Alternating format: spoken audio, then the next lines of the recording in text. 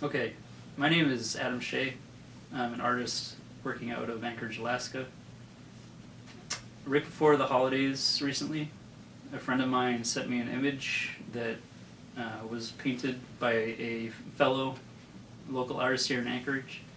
I felt like the piece bore a striking resemblance to some of my work, and I'm making this video to sort of back up a claim I made that called this person out on their tendency to borrow heavily, if not take directly from other artists' work.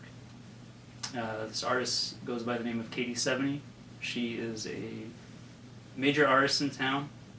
She owns 2 locations, the most successful and the largest being her location on 4th Avenue, downtown. This gallery is voted consistently in Anchorage Press Picks as the #1 gallery. It's supported heavily by the community. First image, we have Gustav Klimt on the left, Katie on the right. I don't know any artist who would feel comfortable signing a master study and claiming it as their own work for sale. Second image, we have Brian Porter out of Canada, 2 of his moose with the turquoise antlers. This one's interesting because on the right we have the original version that we used to sell when I worked at the gallery a couple of years ago, and on the bottom right is Katie's revised version. The top version you can't find anywhere anymore. The bottom version has the cooler blue antlers. Someone was good enough to send me the top one because I knew it was out there somewhere. I just couldn't find it myself. And she could come on the post and say, "You've obviously edited this to make it look worse than it is." But we see in the next image here, I went back to a Google virtual tour, and behind the counter is the original version with the turquoise antlers. Next up we have Tashia on the left and Katie's on the right. Tashia is a very popular artist over the past decade or two. The similarities are really starkly obvious to me, so I'm not going to really say much about these. To drive the point home, we have another painting by Tashia on the left here with Katie's version on the right, and mathematically identical angle on the skis, the red boots, the big cloud of snow. It's not coincidence. Next we have something local, an artist by the name of Alvin Amison on the left, popular artist in Anchorage. I think he works out of Fairbanks. Very unusual palette, interesting technique, kind of makes his work very distinctive. On the right we have Katie's versions. Again, I had to go back to the Google virtual tour to find the original up on the top right, where the colors are almost exact, down to the really warm magenta shadows. Again, we have her going back and altering the piece, cropping it in closer on the bottom right, where, the version she sells today. A lot more reds, a lot more brown, altered significantly. And next we have a fox sticker that she painted. A photographer by the name of Gabriel Ciora Marcus on the left and Katie's version on the right. As far as I know, everybody can back this up. When you're using photo reference, you need to alter it significantly. You can't just trace over it. Most people are familiar with the issues Shepard Fairey ran into with his Obama poster, and I think that was changed more than Katie's version of Gabriel's photograph. Okay, something else more local. On the left we have a design by a clothing company in Anchorage by the name of AK Starfish. Katie carried their work back before 2010. I remember when I was working there, I found an article of their clothing in the back room, and I had put it out on a shelf, and Katie told me that it was not her work and I needed to put it back. I asked her about it, and she informed me that she used to sell their designs out of her studio. They left sometime in 2010, and very shortly after they left, Katie came out with her brand, Day and AK, shown on the right side. More AK Starfish designs on the left. Katie has her versions on the right that are flipped.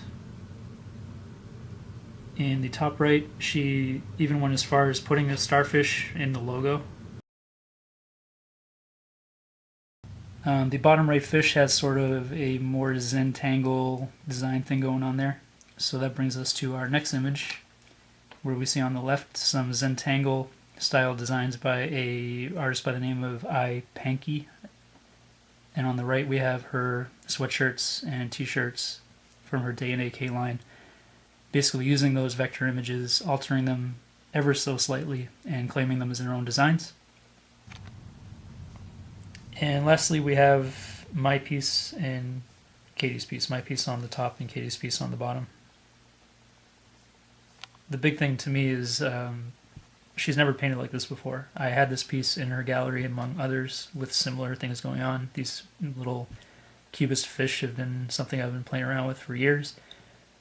She knows this very well and decided to, go in this brave new direction. I think very obviously influenced by the piece that I had in her gallery. I do just want to take a couple seconds to address Katie's response to my communications with her. The first comment I made on her post when she posted her new piece was something really subtle. I think I said wow or something like that. It was immediately deleted. I tried to contact her through her personal Facebook page with a little bit more about how I felt it was really blatant what she was doing. I was blocked. I didn't get a response. She then went on to make a public post, I think after I had gone on Facebook asking for some advice. The tone of the post was, snarky or whatever, but it also seemed to invite discussion. There was a part of it that said, you shouldn't be surprised that someone else is working this way. Something along the lines of, I'm not the first person to paint cubist fish. Of course, that's true. I'm not claiming that I'm the only person that's ever done it. I would never claim such a thing. It's silly. But the point was that I tried to contact her, and she publicly has put out this impression that she's open to discussing this with me. Of course, is not the case.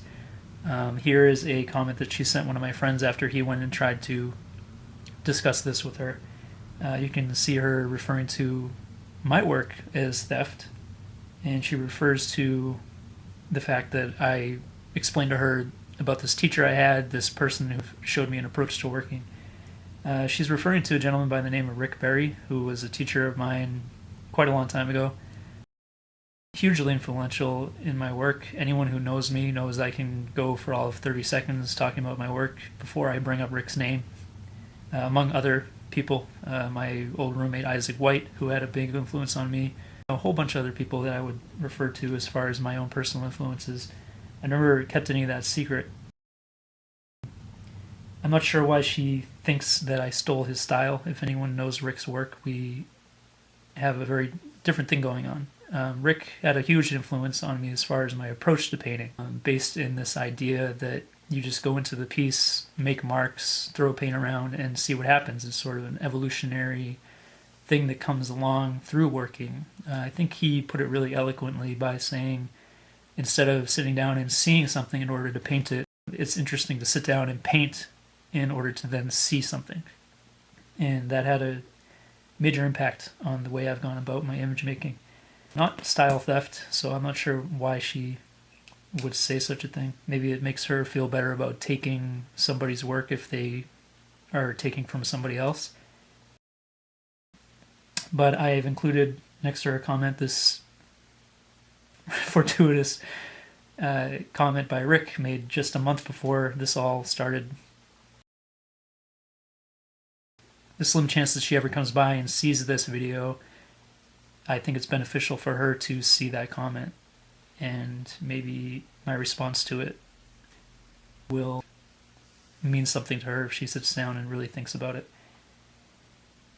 I also want to say that there were a lot more examples that I could have given. I'm not trying to draw this out into some big half an hour long expose or whatever you want to call it, but long story short, these examples that I've given here I felt were the strongest and least debatable out of all of them. There's a whole bunch more. If anyone's inclined, you can go and follow that rabbit hole if you want. I'm pretty much over all of this. I just felt like I needed to put something out there to back up my claim, and I felt like a video was the best way to go about it.